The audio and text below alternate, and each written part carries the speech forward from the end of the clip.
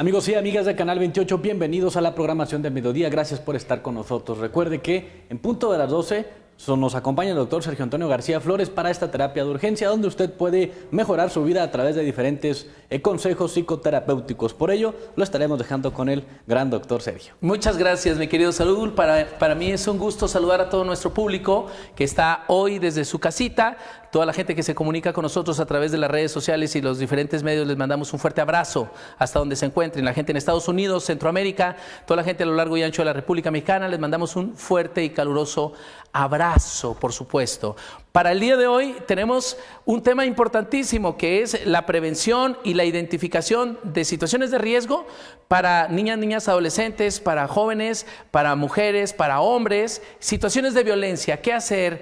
¿Cómo detectar? ¿Cuáles son estas pautas que nosotros tenemos que tomar en cuenta para poder identificar que está precisamente existiendo violencia? Y para eso hemos invitado a un número importante de especialistas. Y uno de ellos es mi querido Felipe Gutiérrez. Es uno de los expertos que tiene más trayectoria, de los que tienen más tiempo con el trabajo precisamente de la violencia y principalmente del abuso sexual, y que pues a lo largo y ancho de la República Mexicana y otros países ha colaborado con publicaciones importantes y con sus congresos y eventos que de forma masiva pues llevan este entrenamiento y desarrollo continuo de los psicoterapeutas. Mi querido Felipe Gutiérrez, te mando un fuerte abrazo. Estás hoy en la ciudad de Puebla. Sí, estamos en Puebla de Los Ángeles, saludándolos a todos y un abrazo también para ti, Sergio. Muchas gracias, mi querido Felipe, quien es parte también de todo este grupo de expertos que estará el fin de semana en este evento gratuito que es precisamente para llevar bienestar a las familias de Chihuahua. Hoy estamos hablando de todo el mundo principalmente. Hoy estamos hablando de estas situaciones de riesgo. ¿Están hoy en riesgo las niñas, adolescentes con el tema del abuso sexual infantil? ¿Cómo detectarlo? Háblanos de esto, mi querido Felipe Gutiérrez.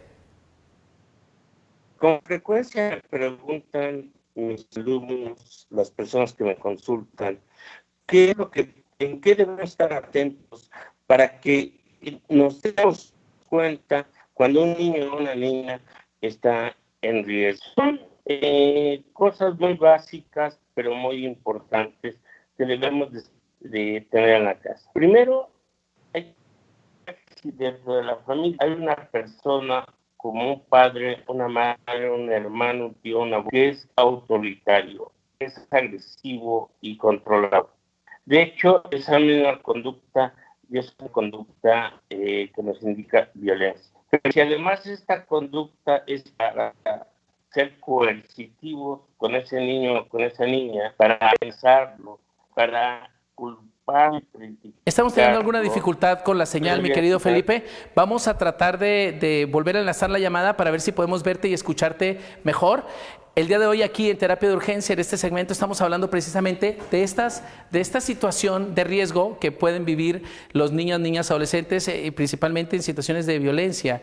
Y muchas mujeres que hoy callan esta situación y que la tienen que soportar. Hay hombres que también, pero en menor medida, en menor número, y según las estadísticas que se tienen, pero que son situaciones que están ocurriendo y que debemos ayudar o provocar cambio para que esto no se siga normalizando, principalmente darnos cuenta que lo que estamos viviendo se llama violencia y que no debe ser permitido, que debe ser expresado y que debe ser modificado, porque la violencia puede comenzar desde no hablarnos, desde ignorarnos, desde utilizar el cinismo como una forma también de comunicación, pero el asunto con la violencia es que va incrementándose, va haciéndose cada vez más compleja, porque es como todo un proceso que va agravándose. Entonces llega un punto en el que las personas empiezan a tolerar incluso empujones, un manotazo,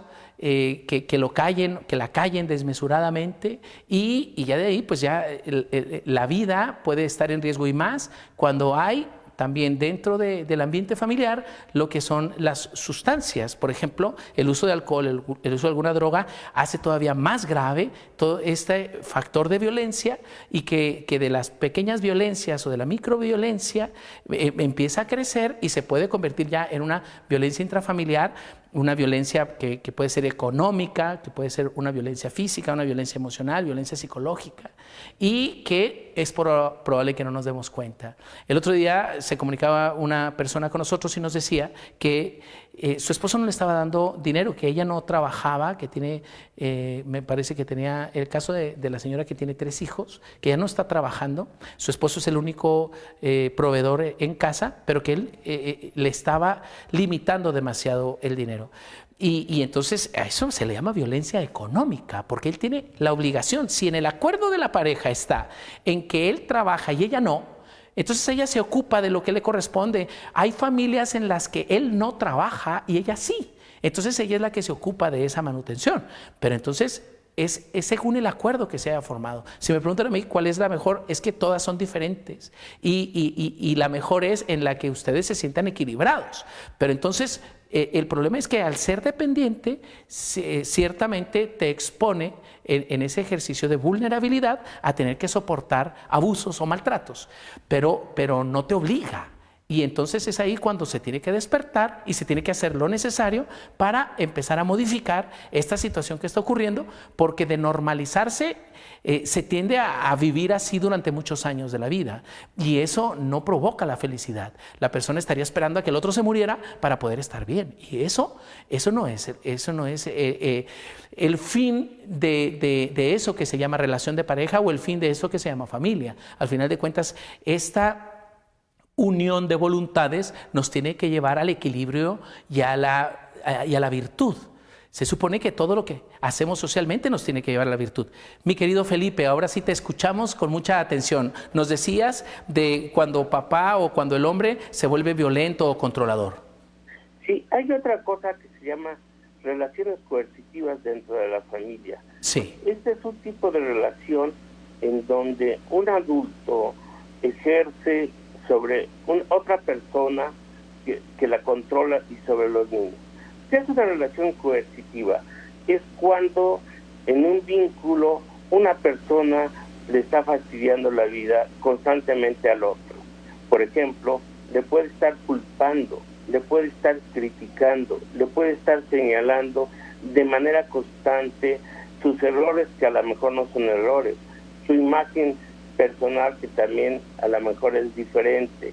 Le está señalando constantemente todo, cada media hora, cada hora. Por ejemplo, hay padres, hablando en el caso de la familia, que le dicen: a ver, hijo, no has terminado tu tarea, pero ya la terminé. No es cierto, te falta esto, o no has levantado esto, dejaste eso sucio, no lavaste tus trastes, mira, tu cama, ese tipo de intervención constante, que no dejan de hacerlo, están lastimando a ese niño, a esa niña, a esa mujer, que no deja de molestarla. Este nombre de relaciones coercitivas, bueno, lo aprendí en la Universidad de Massachusetts. Es una investigación que se hizo dentro de las familias, en donde no dejan descansar a las personas con todas estas críticas, sermones, señalamientos, todo este acoso constante que hay de una o varias personas sobre otras. Esa es una forma. Lina. Y eso provoca ambientes desagradables, deteriorados, que van haciendo una brecha grande entre la emoción de uno y del otro, y no nos sentimos bien y no estamos bien. Mira, dime cómo se va a sentir una persona vivir en un ambiente de acoso y de hostilidad constante. Dime cómo puede tener un poco de paz y tranquilidad los niños. Y se desarrolla un fenómeno que generalmente se da en las mujeres y los niños maltratados, que se llama síndrome de indefensión aprendido. Hay veces que ya no necesitas decirle nada después de tanta violencia, que automáticamente tu mente y tu cuerpo responde, aunque ya nomás con ver a la persona. Es tanta la presión, tanta la amenaza, tanto el desosiego que se siembra en la otra persona, que no le dan un poco de tranquilidad, sino acoso tras acoso tras acoso. Conste que estoy hablando de acoso. Pero también estamos hablando, ¿cómo detectamos a los niños o niñas que viven violencia? Sencillo, velos jugar o velos relacionarse con los compañeros. Se empujan, se gritan, pueden utilizar palabras altisonantes, pueden utilizar golpes. O sea, sus juegos son agresivos. Cuando yo evalúo a los niños directamente o a través del juego, ellos proyectan muy fácilmente, de una manera abierta, toda la educación, todo el maltrato que están viviendo en sus hogares, con quien vivan, con quien sea, puede ser el abuelo, el tío, el padre, la madre, los hermanos, etcétera, Sergio. Es muy fácil darnos cuenta cuando un niño o una niña está siendo maltratado, o una mujer también, hablando de un problema de género.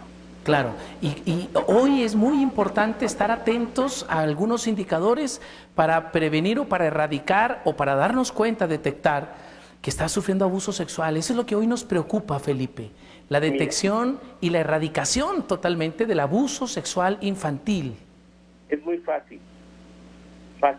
Un indicador es aquella persona adulta que constantemente quiere estar bañando a los niños, secándolos, poniéndoles talco, constantemente pueden desnudarse ellos, pueden presentar conductas sexuadas, como le llamamos, que solamente es para los adultos, se las enseñan a los niños.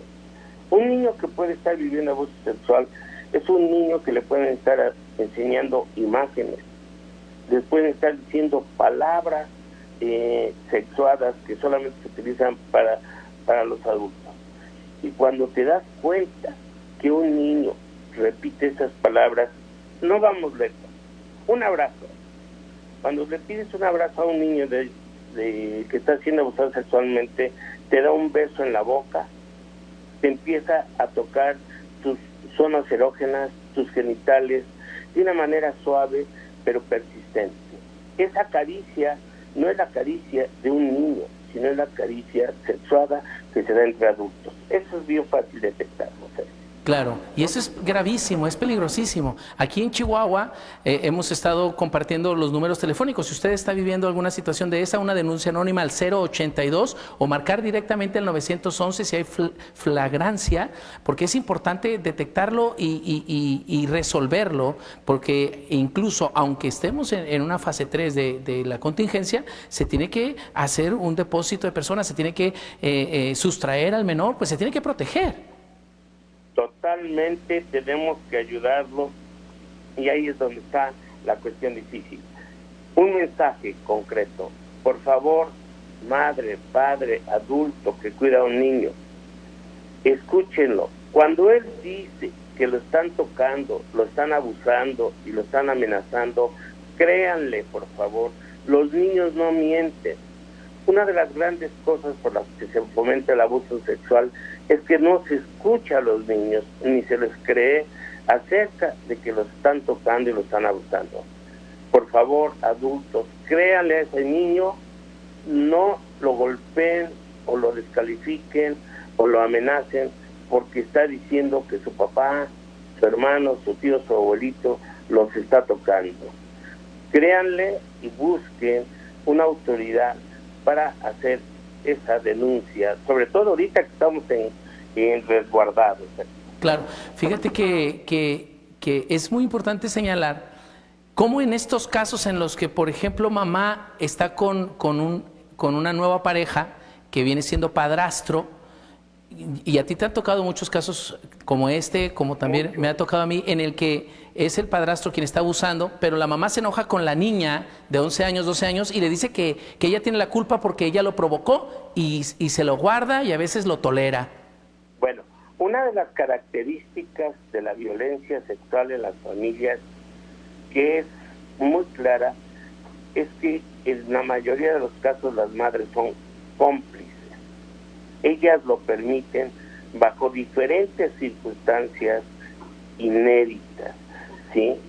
Entonces, hay que ayudar a empoderar a los niños de diferentes maneras, que espero hablar de esto este viernes. Es el viernes que estás con nosotros. Sí, Les voy a decir concretamente cómo desarrollar conductas de autoayuda para los niños y de empoderamiento para que ellos puedan hablar sin ser maltratados, que se cuiden y se protegen, incluso también para las madres.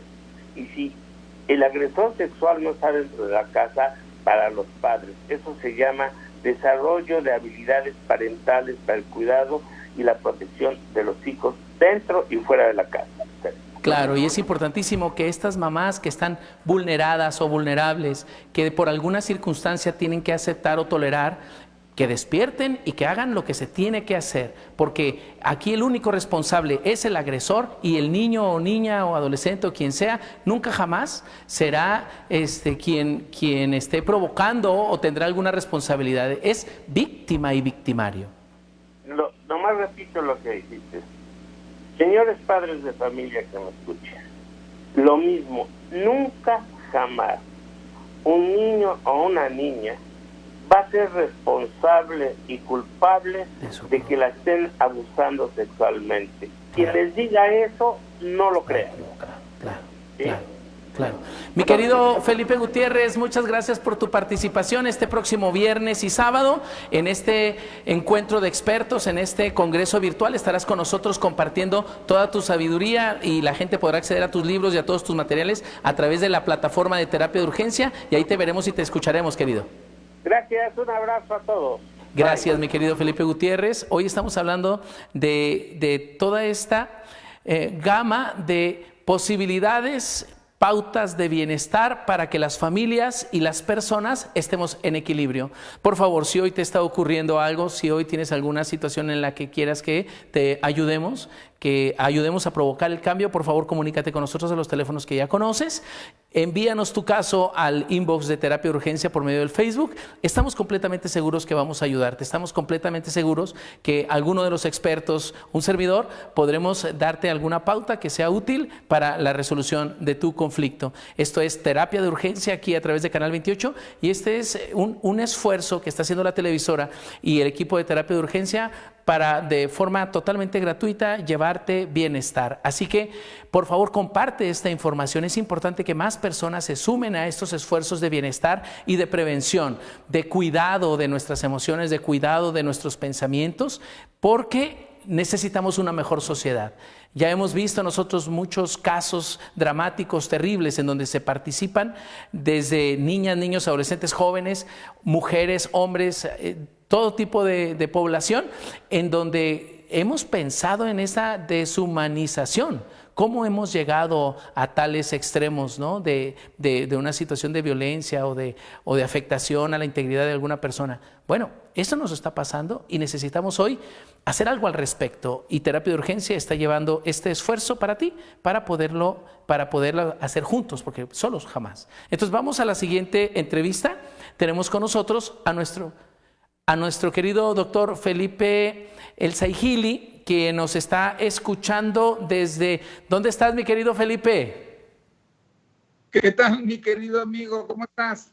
Soy el doctor Felipe El Saigili de León, Guanajuato, aquí donde la tierra no vale nada. Me encanta. Oye, estuve en León en el congreso de la Universidad de Mundo Nuevo hace 3 meses en León. Es una ciudad hermosa, maravillosa. Se parece a Chihuahua. Mira, yo no he estado en Chihuahua más que una vez de pasada, pero conozco Ciudad Juárez bastante bien. Ahí tengo a un amigo, al doctor Javier Cavada, quien es Premio Nacional de Psicología y muy gran amigo, que me invita de repente a sus congresos. Pero seguramente, si tú lo dices, seguramente muy agradecido por el comentario.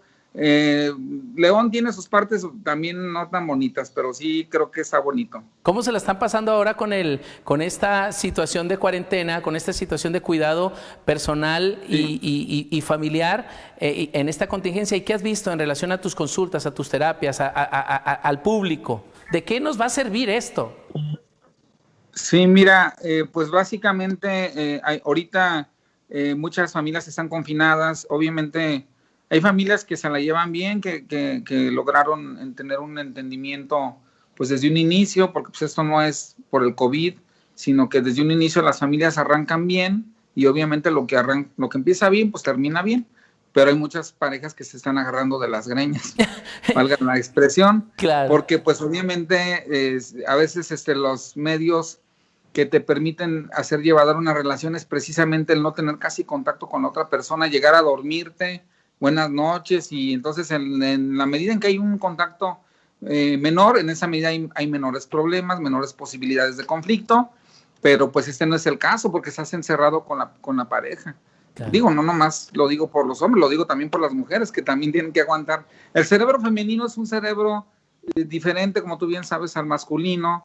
Las mujeres son de integrar, el hombre es de foco, de particularizar, el hombre es de lo privado, la mujer es de lo público. Entonces, somos dos cerebros que estamos constantemente tratando de entender la faceta del otro cerebro, y obviamente en ese inter de tratar de entender, pues a veces las cosas no llevan a buen curso, ahí la gente explota. A mí me pasó hace rato que exploté con mi señora. Entonces, pero digo, en 3-4 semanas de confinamiento es la primera vez, pero hay gente que está como perros y gatos, ¿verdad? Claro. Tú sabes, estas situaciones tienden a probar, por así decirlo, la fuerza que tiene una relación, la fuerza que tiene la comprensión, la fuerza que tiene inclusive el amor, ¿verdad? Por sonar un poquito cursis, pero también este concepto amplio del amor también se tiende a probar en este tipo de condiciones. Claro, fíjate que conocemos tus publicaciones en relación al síndrome de burnout, conocemos todo tu aporte que has dado en relación al desgaste emocional, y ante eso preguntarte, mi querido doctor El Saihili, predices que van a incrementar estos brotes principalmente no de burnout, porque eso se requiere más tiempo, sino de el estrés postraumático, y más en enfermeras y en médicos que han estado ahí en el paredón, ahí enfrente de las personas que realmente han muerto en sus manos. Sí, bueno, el estrés de hecho es un tema que obviamente se tiene que estudiar antes de estudiar burnout, porque el burnout es una consecuencia de un estrés prolongado no atendido. Entonces el estrés de por sí, independientemente de si te lleva o no al burnout, va a generar consecuencias. Hay que recordar que lo dice la Organización Mundial de la Salud. Hay un libro que se llama, que está en francés de hecho, que es de Marmot, de Wilkinson y Marmot, que dice, se llama Los determinantes sociales de la salud. Habla de que hay 3 factores por los cuales la gente muere antes de los 100 años, porque estamos programados los humanos para vivir hasta 100 años. Nuestros genes nos permiten llegar a esa edad, siempre y cuando no tengamos enfermedades crónico-degenerativas, diabetes, etcétera, etcétera, hipertensión, obesidad. Pero los 3 factores que determinan tanto la hipertensión como la diabetes y la obesidad está en lo que comes, en cuánto ejercicio haces en tu vida y en el estrés que tienes. Son los 3 determinantes que predicen una muerte prematura si no lo sabes controlar. Si comes en exceso, si tu vida es muy poco activa, y si tienes demasiado estrés, vas a vivir menos años. Eso es una ley. Y donde quiera se comprueba esto. Por ejemplo, el estudio Whitehall en Gran Bretaña, es un estudio increíble porque tienen el mismo sistema de salud, el primer ministro de Gran Bretaña hasta el que recoge la basura, y resulta ser que el que recoge la basura, como tiene menos capacidad de mando, menos capacidad de autodirigirse y de autodeterminarse, pues tiene más estrés, porque ese es un factor del estrés, el que tú no puedas ponerte tus horarios, el que tengas que obedecer órdenes, pues es un factor de estrés. Tal vez no sea el más grande, pero sí es un factor. Entonces se sabe que en la medida en que va subiendo la escala o los peldaños de la jerarquía en Gran Bretaña, en el estudio Whitehall, en esa medida la persona muere más vieja, en la medida en que estás más arriba en la pirámide. Entonces el estrés si tú vives un año de estrés, ese año lo vas a estar cargando toda tu vida. O sea, no se puede, mucha gente de manera tonta, absurda, cree que te vas a un spa unas 2 semanas y ya se te quitó el estrés de ese año. Eso no es cierto. Sigues con las mismas prácticas y te vuelves a quemar. Por supuesto, el estrés es algo, es como una herida, ¿verdad? La herida no se va a quitar, a lo mejor se va a cicatrizar, pero se va a seguir ahí viendo la herida, y la cicatriz va a ser más que ahora la segunda vez. En el caso del estrés, entonces el estrés no se evapora. Mucha gente tiene una idea muy errónea de que el estrés es algo que te vas a un spa, que te pones musiquita relajante, no sé, que se va. No es cierto, el estrés es un asunto muy delicado que mata. Hay un libro que se llama Stress Killer. Hay un libro que yo les recomiendo. Bueno, obviamente les recomiendo el mío, donde hablo sobre el estrés, pero más allá de ese libro de un servidor, está un libro que se llama ¿Por qué las cebras no tienen úlcera? De Sapolsky. Es una autoridad en el tema del estrés, más que en el tema del burnout. Él dice, ¿por qué las cebras no tienen úlcera? Porque se preocupan porque el león se las va a comer solamente cuando el león se las va a comer. Si no se las come, se dejan de preocupar y ya no les dio úlcera. Si se las come, pues tampoco les va a dar úlcera, pues están en el estómago del león. Entonces nosotros los humanos, y hay un autor que cree que la alta inteligencia del ser humano, la gran capacidad predictiva es lo que nos está generando el estrés. Claro. Porque si fuéramos menos predictivos, seríamos más confiados, viviríamos más el presente, con menos desconfianza del futuro y por lo tanto estaríamos mejor. Pero ahora que se viene la pandemia, pues obviamente la gente está preocupada de que se infecte, y aparte el hacinamiento no nos hace bien. El ser humano evolutivamente andaba en el campo y es muy raro, las ciudades se han poblado en últimas fechas, tú sabes, esto es un asunto nuevo, el hacinamiento es algo nuevo, entonces esto no, de por sí que las ciudades están bien concentradas de gente y ahora concentrados de gente en la casa, pues esto no es natural, totalmente es nuevo y esto nos genera pleitos, ¿verdad? Claro. Nos genera problemas, nos genera estrés. Y bueno, pues tenemos que soportar esta situación. Nadie se esperaba esta pandemia. Yo creo que las películas de Hollywood más extremas no se esperaban un confinamiento tan extremo como este. Claro, claro. Y hoy entonces tenemos que estarnos preparando, mi querido Felipe, para ir concluyendo. Sí. Entonces, que reconozcamos que nosotros podemos responder ante las circunstancias de alguna forma y que responder de la mejor manera y con la mejor cara puede ayudarnos a tener más equilibrio psicoemocional y principalmente lo que decías ahorita, cuidar lo que comemos, cuidar lo que pensamos, cuidar lo que hacemos, porque eso nos va también a dar años más de vida. Por supuesto, hay lo que se llama la higiene personal, que en este caso sería lavarse las manos, que en este caso sería mantener la sana distancia. Pero también hay otro tipo de higiene que se le llama la higiene mental, que tú bien sabes. Esta higiene mental es decirte a ti mismo, si las cosas tienen remedio, pues echarle ganas. Si no tienen remedio, pues no preocuparme más de la cuenta, porque ese estrés al rato se me va a reflejar en el rostro, en mis canas, en mi calidad de vida y obviamente en mi menor estancia de vida en este planeta Tierra, ¿verdad? Que es muy bonito tener vida y es muy bonito tener una buena vida.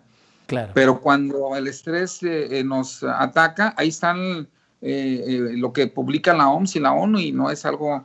Ese estudio de White Hall es muy interesante. Yo los invito a los radioescuchas y a los telescuchas que tú tienes, que son el amable auditorio que te ve, que nos escuchen en este momento, a que investiguen del estudio White Hall. El estrés mata, por supuesto que mata igual que las carnitas. Bueno, es más, hubo una investigación, déjame te converto rápido, una investigación que hizo el doctor Mata.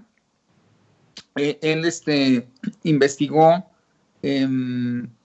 trabajó en el ISSSTE durante 30 años y las estadísticas del ISSSTE indican que la probabilidad de un infarto es 9 veces superior si tienes estrés laboral que si comes diariamente carnitas y fumas. Fíjate nada más, sí. Poniendo dos ejemplos, cómo el estrés es tan malo y todavía mucho más malo que el hábito alimentario, que el hábito del tabaquismo. Ahí están las investigaciones. Y lo hemos visto en nuestros abuelos, Felipe, lo hemos visto en nuestros abuelos, que dicen, pero si ella fumaba cigarros faros o cigarros delicados y le entraba las carnitas todos los días y duró hasta los 96 años. Pero hay otra persona que a los 54, 55 se le detiene el corazón y se muere.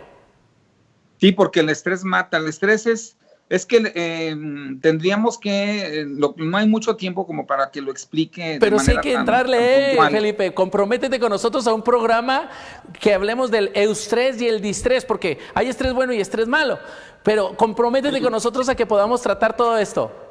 Con todo gusto, que cuando ustedes me lo digan, esto es un tema pues para dar un una clase de un semestre o para hablar pues 1 hora, 2 horas, 5 horas, las que sean necesarias. Pero básicamente te puedo decir, mira, cuando hay un proceso de estrés, el cuerpo se prepara para una emergencia. Claro. ¿Sí? Y en esa emergencia se agregan sustancias que son sumamente tóxicas. No hay forma de reproducir esas sustancias tan tóxicas como son las de los procesos de estrés. Por ejemplo, que estés a punto de chocar y que ya te veas ahí todo bañado en sangre y con los huesos rotos. Y que no te duela. Pero que no ocurra. El cuerpo se prepara. ¿Cómo se prepara? Mete la sangre hacia adentro. Entonces genera una hormona que es el cortisol, que hace que todos los vasos sanguíneos externos se compriman y te pones pálido para que la sangre se meta y para que no mueras de una hemorragia. Esa es una situación muy buena de nuestro cuerpo, pero no ocurre en el accidente. Entonces se gasta en seco esa hormona que es sumamente tóxica, como te comento, que daña los telómeros. Ahí está Elizabeth Gladwell, Premio Nobel de Medicina, que descubrió cómo el estrés daña los telómeros, que en este caso son las puntas de los cromosomas. Cuando se abre la punta del cromosoma, ya la célula no se reproduce y se muere y viene un proceso de envejecimiento acelerado. Se calcula que una persona que vive estrés 1 año, un estrés agudo, equivale a 10 años de vida cronológica. Imagina. Entonces ahí está, eso lo dice Lisa Eppel. Lo descubrió Lisa Eppel porque investigó madres que tenían hijos enfermos de situaciones crónicas y que tenían que atenderlos hasta a veces a la madrugada, que tenían que intubarlos, ponerles el respirador, qué sé yo. Y esas personas envejecieron 10 años, no cronológicamente, porque cronológicamente pues fue 1 año, pero en 1 año el estado de salud de sus células era equivalente al de si hubieran vivido 10 años. Y es ahí donde nos topamos a estas personas a las que tienen 40 pero parecen de 65. Exactamente, la calidad de vida, bueno, hay muchos factores, son los 3 más importantes. Claro que hay más situaciones, obviamente si tu familia es longeva, ¿verdad? Si tu familia nunca ha padecido enfermedades, si toda tu familia ha tenido diabetes y se cuida y todo, pues, obviamente ya traes unos genes que te van a ayudar mucho. Pero en general, los 3 determinantes de la salud son lo que comes, es el nivel de estrés que vives y el nivel de actividad que tienes. No es necesario ser maratonista y hacer pesas sería aún mejor, pero se calcula que un adulto, una persona de nuestra edad, por ejemplo, entre 40 y 60, tenemos que caminar 8,500 pasos para prevenir las enfermedades crónico-degenerativas que tienen que ver con la inactividad. Brincando los 60 tenemos que bajar a 5,500 pasos, brincando los 70 a 4,300 pasos y brincando los 80 a 2,500 pasos para que todo nos lleve a los 100 años que está programado nuestros genes. Hay que también tomar en cuenta que la caminata baja el estrés, o sea, le pegas por partida doble, la caminata baja el hambre, tiendes a comer mejor cuando caminas que cuando no caminas se te antojan más las cosas. Aparte el estrés hace que se te antojan las cosas que te dañan, que te engordan, que no te nutren. Entonces son círculos. Si tú mantienes el estrés a raya, también mantienes la comida a raya, y si tú haces caminata, también mantienes el estrés a raya y también mantienes a raya lo que comes. O sea que todo es estar de un lado preventivo o estar del otro lado que no previene. Mi querido Felipe El Saigili, te mando un fuerte abrazo hasta León. Ahorita vamos a tener comunicación contigo para organizarnos para un evento que hay este fin de semana, Luis Felipe, y la semana próxima, pues esperamos escucharte acá otra vez. Haremos grandes cosas juntos, mi querido. Claro que sí, estoy para servirles. Un saludo a tu teleescucha, a tu radioescucha, abrazos, me dio muchísimo gusto estar contigo, mi querido doctor, y estoy para servirles en lo que pueda. Gracias, mi querido doctor Felipe El Saigili, nos escuchamos y nos vemos pronto. No, hombre, pues hay que cuidarnos, ya escuchó usted, para el manejo del estrés, porque podemos nosotros irle reduciendo tanto calidad de vida como años de vida. Si nosotros no cuidamos nuestra alimentación, no cuidamos cómo canalizamos el estrés que estamos viviendo y también, por supuesto, no hacemos ejercicio. Por eso es tan importante y la mayoría de los psicólogos, los psicoterapeutas, cuando estamos en terapia, una de las pautas que siempre proponemos es haga ejercicio, porque eso automáticamente también disminuye el estrés. Tenemos más entrevistas el día de hoy, por supuesto que aquí en Terapia de Urgencia, en este segmento especial que se ha estado programando para el bienestar de todas las familias y de las personas. Queremos que usted esté bien, pero póngase las pilas, póngase a trabajar. Esto no es magia, no va a llegar el cambio así porque nosotros le enviemos aquí toda la buena vibra. Necesita usted moverse. Y si lo que hay que comenzar a hacer es hacer un poco de ejercicio, aunque esté hoy resguardada en su casa, puede hacerlo. Hemos visto muchos ejemplos en la televisión o en algunos medios electrónicos donde otras personas hacen de su habitación pues una experiencia de ejercitamiento, aunque con mucha creatividad y que se la puede pasar bien. Ponga musiquita y póngase a ejercitar. Ya tenemos en la línea a nuestro siguiente invitado. Erika, mi querida Erika, hasta Hermosillo. Me da mucho gusto verte y escucharte, querida. Hola, qué gusto saludarnos nuevamente, mi querido Sergio, aquí, mira, juntitos, pegaditos desde Sonora, a través de este medio para ti, para toda tu audiencia. Qué gusto, es un gustazo. Oye, aquí estamos a la orden. Mi querida Erika, estamos hablando acerca del estrés y estamos hablando precisamente también de estas ideas de apoyo y prevención a la violencia. ¿Qué decimos al respecto? ¿Cómo están nuestros niños? ¿Cómo ayudar? ¿Cómo detectar? ¿Cómo manejar también el estrés que está viendo papá y mamá? Excelente planteamiento y creo que es muy oportuno justamente hablar de este tema. Me preguntabas incluso también vía mensaje acerca de cómo detectar situaciones de violencia y justamente va de la mano con el estrés.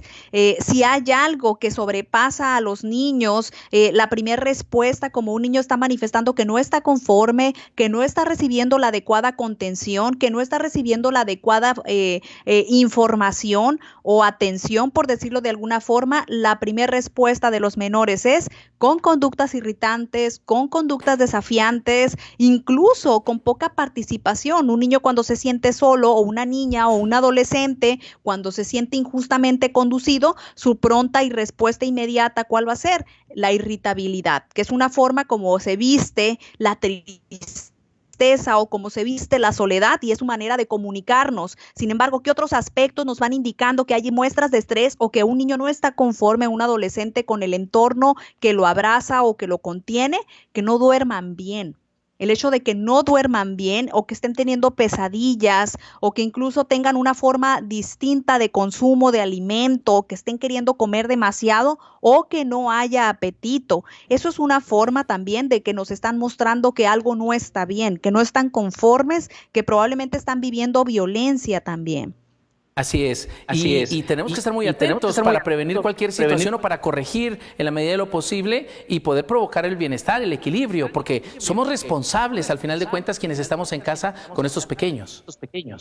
Así es, mira, mi estimado Sergio, lamentablemente en la vida cotidiana los padres a veces creemos que la única función, que la forma como estamos haciendo nuestro trabajo como padres es como cuidarnos, que se comporten bien, que obedezcan, que se acomidan en la casa, que respeten las reglas familiares y la corrección conductual en ocasiones se reduce a la única educación de los padres. ¿Y qué es lo que sucede? Resulta que muchas veces nos encontramos que en el entorno familiar, en las dinámicas relacionales, resulta que yo, mamá, tampoco tengo habilidades para comunicarme y lo interpreto, toda conducta desafiante o irritante del niño o de la niña o del adolescente, como que están siendo berrinchudos o como que no nos quieren hacer caso, cuando realmente tal vez ese puente no se ha tejido, ese puente de comunicación afectiva o cómo acceder a la racionalidad, porque pues la función de los padres no solamente es educar en conductas, en hábitos, sino también en sentir, cómo sentir, enseñar a nuestros hijos cómo sentir, enseñar a nuestros hijos cómo pensar. Y eso nos está quedando bastante corto en algunas décadas para acá, mi estimado Sergio. Así es. Y es por eso que tenemos hoy que estar más atentos y más porque en esta etapa, en esta fase 3 de confinamiento en el que Ya no se puede llevar a los niños a los supermercados, ya no se puede llevar a los niños incluso al transporte público, o acá en Chihuahua, por ejemplo, ya en los coches ya no puede haber más de 2 personas dentro de un coche porque ya genera una infracción. Es decir, ahora se está poniendo más rígida la situación. Es cuando más atentos y cuando más disciplina, pero cuando más amor también necesitamos impregnar ahí a nuestros sistemas. Estimado Sergio, acá en Sonora también está esta situación donde desde la semana, ya tenemos una semana donde más de 2 personas no pueden trasladarse en un vehículo. Los niños definitivamente no pueden salir a la calle. Esto está desde más o menos hace 3 semanas. Pero bien, ¿a qué voy con esto? Acabas de tocar un punto bien importante. Esta comunicación afectiva, estos puentes, porque tal vez para nosotros los especialistas es muy fácil decir, pues tu hijo necesita amor o trátalo con cariño, pero ¿qué sucede si yo mamá, si yo papá no tengo esas habilidades? Es más, si en mi sistema de creencias ni siquiera está el registro de que se tienen que tratar de esta manera, porque a mí me educaron con mano fuerte y nada de andar con sentimentalismos. Sin embargo, los niños nos van mostrando, y los adolescentes, qué necesitan de nosotros. El creer que nosotros somos sus maestros es un acto tan lleno de soberbia, por decirlo de alguna manera, y tan lejos de la verdad, porque el maestro principal de qué necesitan la educación son nuestros hijos. El chico que resulta que te azota la puerta, ¿qué es lo que te está diciendo? No estoy conforme, haz formas diferentes. Y me encuentro también, Sergio, que a veces dicen, es que él no quiere. ¿Y cómo te explico, mamá, papá, que resulta que no es que él no quiera, es qué otras estrategias he intentado? ¿Qué más me encuentro? De repente te dicen, Sergio, en la consulta, no sabes todo lo que he hecho, he ido con muchos psicólogos. Sin embargo, la misma estrategia es la que han utilizado, no han hecho otra cosa diferente. Incluso me dicen, hablo mucho con él. Pues, ¿qué crees? Los niños, las niñas y los adolescentes no escuchan. Dales más de 10 palabras y no te entendieron. Acota, ¿qué sí hacen? ¿Qué sí hacen nuestros chicos? Observan demasiado. Un chico retador te está diciendo que tú no estás siendo congruente con lo que le estás pidiendo. Ojo, ¿qué otras situaciones se están presentando, Sergio? Hay un trastorno que hoy se agrega al DSM-5 del 2013 para acá, que es el trastorno disruptivo, que es muy común encontrar niños que están expuestos constantemente a episodios estresantes de violencia y están colocados precisamente en esta descripción. ¿Por qué? Porque sí tenemos hogares con bastantes factores estresores, donde el trabajo, simplemente alguna adicción o alguna necesidad por alguna situación familiar, de enfermedad, está llevando a esta desconexión, a esa no comunicación afectiva, donde podamos empatizar niños con los padres, adolescentes con los padres, pero también los padres con los hijos. Y esa empatía de los hijos a los padres no viene de ellos, viene de nosotros como padres. ¿Bien? Claro, y entonces es cuando más, entonces papá y mamá tenemos que empezar a hacer cosas diferentes. No esperar a que los niños, los jóvenes nos respondan como adultos, porque a veces cometemos esos errores, ¿no? Y entonces entrar más a esta interacción amorosa desde la escucha y desde, también dijiste ahorita una frase muy importante, desde la congruencia, para que nos crean.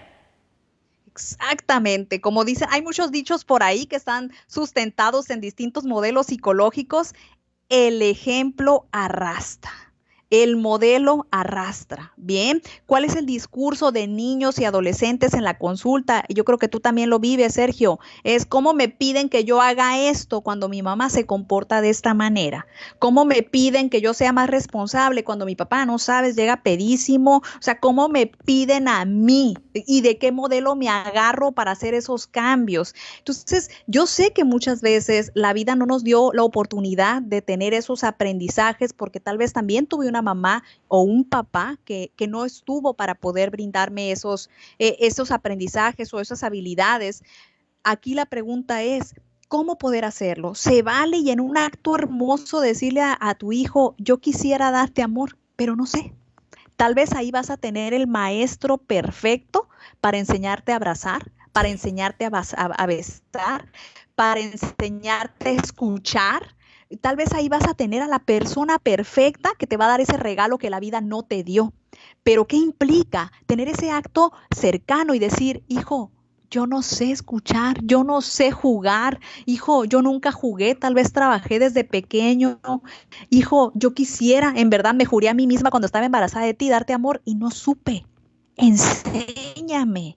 Entonces, hace tiempo también escuchaba una colega que en tiempos de pandemia hay que tener estructuras para que sepan cuál es la autoridad. No, Sergio, estamos en épocas de colaboración, porque no sabemos si la mamá se va a enfermar y quien te arrime el brazo, el plato de sopa va a ser el niño, Sergio. No sabemos si se puede enfermar el papá y el que tenga que salir al mandado va a ser el hijo adolescente. Estamos en un momento donde todos tenemos que cuidarnos, en un momento de colaboración, de autocuidado mutuo, mi querido Sergio. Claro. Gracias, mi querida Erika. Ayer o antier hablábamos acerca de estructura, pero otro tipo de estructura que tenía que ver más bien con la organización de los contenidos del aprendizaje, los bla, bla, bla. Pero esa estructura de la que tú hablas viene a ser como algo de las jerarquías, de esa estructura familiar. Exacto. Sergio, ahorita no podemos tener estas estructuras rígidas. ¿Por qué? Porque no nos van a funcionar. ¿Sabes qué va a pasar? Ajá. Estrés y violencia, ¿ok? Sí. ¿Por qué? Porque yo, mamá, me voy a desesperar porque también estoy en un encierro y también tengo mis propias situaciones y quiero que tú me hagas caso porque yo soy tu mamá. Y todo el mundo se prende y se pone las cosas mal. Mi querida Erika, estarás este fin de semana con nosotros, viernes y sábado, en el encuentro de expertos para pautas de bienestar para las familias. Vamos a estar tocando el tema de irritabilidad, estrés y ansiedad en niños y adolescentes. Va a ser un gusto para nosotros escucharte. Vamos a estar en comunicación para organizarnos bien y que todo quede padrísimo. Te vemos y te escuchamos y te mandamos un abrazo hasta Hermosillo. Igualmente, saludos al bello estado de Chihuahua, estado vecino. Qué gusto. Gracias, Chihuahua, Sergio. Es hermoso, ¿eh? Tienes que conocerlo un día. Así será. Igualmente mi estado, es precioso. Vas a ver que un día te vamos a invitar también acá. Gracias. Gracias a ti, Sergio. Bye, bye. Seguimos adelante aquí en Terapia de Urgencia. Estamos transmitiendo en vivo y en directo desde Chihuahua, México y para todo el mundo. Hay gente que nos está sintonizando a través de las diferentes redes, de las plataformas que tenemos dispuestas para ti. Por favor, envíanos tu mensaje, envíanos tu comentario, porque el espacio de Terapia de Urgencia es un espacio de colaboración para el bienestar de las personas y las familias.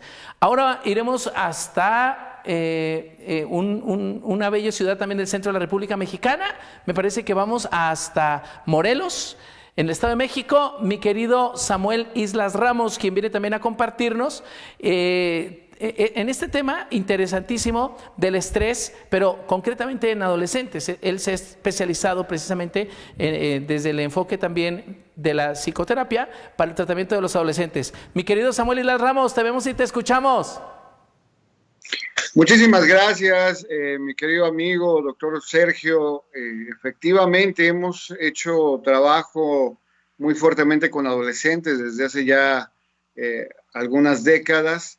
Y que bueno, es muy importante este trabajo que debemos de hacer ahorita con todo este problema del confinamiento, ya que se están generando verdaderas crisis más fuertes dentro del sistema familiar. Entonces creo que sí es un buen momento. Uno de los grandes consejos que los hemos estado compartiendo a través de las diferentes redes sociales, a través también del programa de la ciencia de la conciencia que hoy se transmite, es cuando un adolescente en este momento te grite, te genere un estado de gran conflicto, es un momento para que en primera no caigas en esa confrontación.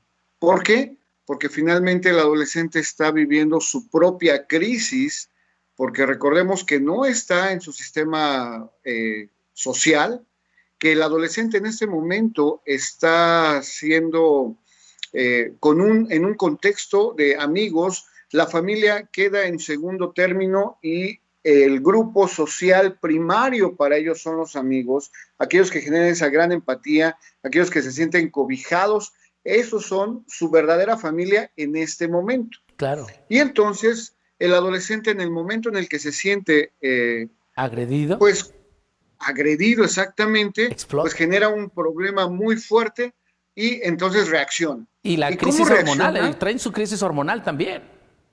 Exactamente, de acuerdo a lo que las hormonas se lo plantean.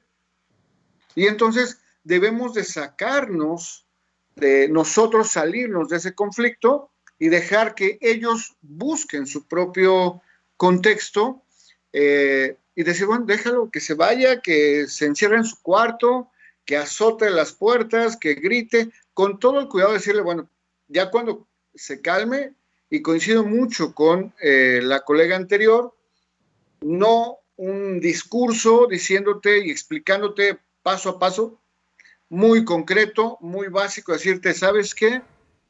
Puedes explotar, puedes gritar, puedes decir, solo te pido que cuides mi casa, que cuides esto, 2, 3 instrucciones muy claras, muy precisas, y mientras te dejo que tú te expreses. El adolescente en ese momento tiene que gritar. El adolescente tiene el derecho y la posibilidad de que se exprese.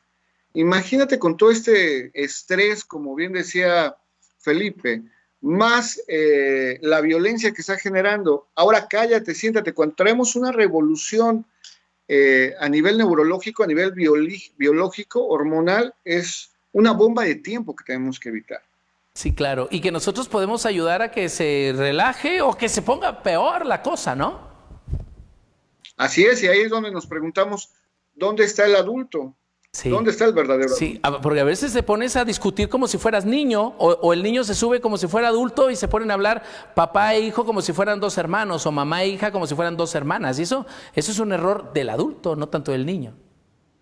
Efectivamente, y entonces el adolescente pierde de perspectiva otra vez contra quién tengo que luchar, contra quién tengo que enfrentarme en ese momento. Entonces se hace una guerra campal terrible y espantosa cuando necesitamos darle un panorama diferente al adolescente. El adolescente en ese momento necesita sentirse libre, necesita sentirse con la posibilidad de tener su espacio para explotar y después regresar con toda la paz y la tranquilidad y te diga, aquí estoy, perdóname, o sin decir nada, simplemente se incorpora a las actividades y tu papá, mamá, permítele que ingrese a una dinámica donde todos nos sentimos empáticos, donde todos nos sentimos en paz y decir, venga, ya, y creo que ese momento no solamente tiene que estar en el adolescente, es un momento de fuga, es un momento que estamos como una olla express y entonces cada uno de nosotros debemos de tener ese espacio de fuga de estrés. Entiendo que en la mayoría de los hogares mexicanos, en sus casas tienen un pedazo de patio o incluso aquellos que viven en una unidad habitacional, bueno, tienen la oportunidad de salir un poco al parque, un poco al jardín, no mucho tiempo, cuidando su sana distancia, pero sí ir liberando un poco de estrés mediante un poco de ejercicio y que los niños requieren también salirse, pero hay lugares como en Europa, como en las grandes ciudades, las grandes urbes, donde sus casas son de 40, 50 metros cuadrados, sí. Y eso sí genera el problema de hacinamiento y de este síndrome carcelario que se puede llegar a sentir. Entonces hay que tener mucho cuidado en esa forma en cómo se están generando este tipo de dinámicas sociales, dinámicas familiares, en beneficio de todo nuestro entorno familiar. Fíjate, dijiste 2 cosas importantes, mi querido Samuel. Una, de validar la emoción. Es decir, ¿estás enojado? Ok, estás enojado. Date un tiempo, ya regresarás. Y el otro punto es olvidar pronto. Es decir, ok, ya pasó. Ahora, ven, discúlpame. Yo también quiero que me perdones porque también te ofendí. No quería decirte lo que te dije. Discúlpame, te amo. Ahora vamos a seguir. Porque si nosotros vamos acumulando, no lo tocamos, no ponemos las cosas de toda manera sobre la mesa de vez en cuando, eso puede generar un conflicto mayor en el tiempo. Efectivamente, es algo verdaderamente terrible, que si no tenemos esa visión de ir calmando las cosas, bueno, eso se genera un problema más fuerte, ¿no? Claro, entonces esto de que comentas, validar la emoción, que el chico puede enojarse, que necesita un tiempo. Al reconocerle la emoción, nosotros lo contenemos, pero le hacemos sentir que estamos con él, que puede estar enojado, pero no es lo mismo estar enojado que hacer con el enojo lo que le dé su gana, porque después del primer enojo vienen otras ofensas y entonces ya no estoy enojado contigo solo porque se te olvidó regar las plantas, sino también estoy enojado contigo porque me contestaste y luego porque le dijiste a tu hermana no sé qué y luego porque aventaste el plato y entonces un enojito se vuelve un problema muy grave. Sí, claro, se vuelve un monstruo de 1000 cabezas y entonces eso llega a detonar y generar conflictos mucho más fuertes que le decía, por ejemplo, a un adolescente paciente, dije, a ver, romper una varita, haciendo una analogía al cuento chino, romper una varita es muy fácil, pero romper 10 varitas ya no es tan fácil. Y entonces imagínate que el haberte enojado, ir tomando problema por problema, va a ser mucho más fácil que mamá, papá, hermanos escuchen que cuando ya tengas un cúmulo de 10 varitas y que esas 10 varitas ya son prácticamente muy complicado que con tus propias manos las puedas romper. Y entonces tenemos que darle esas analogías muy simples a los pacientes y más a los adolescentes que puedan ir comprendiendo que necesitan vivir un estado de relajación muy importante, porque ahorita traen las hormonas al full y en el encierro un problema mucho más grave y más complicado, mi querido Sergio. Gracias. Mi querido Samuel Isla Ramos, estarás con nosotros este viernes y sábado en ese panel de expertos de forma gratuita y compartirás con nosotros más pautas de bienestar para las familias que nos están escuchando. Sí, está diciendo que sí. Entonces, este fin de semana para que escuchen a Samuel Isla Ramos, esto es Terapia de Urgencia. Nosotros estamos encantadísimos con este esfuerzo y nos veremos entonces pues aquí el día de mañana y el viernes y sábado no se lo pierdan. En Terapia de Urgencia entren de forma gratuita este congreso virtual de expertos para compartir pautas de bienestar para las personas y las familias. ¿Cómo la ves, mi querido Samuel? Cosas que mejoraron en nuestro ser. Sergio, muchas gracias. No, pues encantado. Y aquí nos escuchamos el día de mañana. Por supuesto, seguimos con la programación del mediodía. Quédese con nosotros, tendremos que ir a una pausa. Le invitamos a que usted interactúe a través de la línea de WhatsApp 614-151-2828.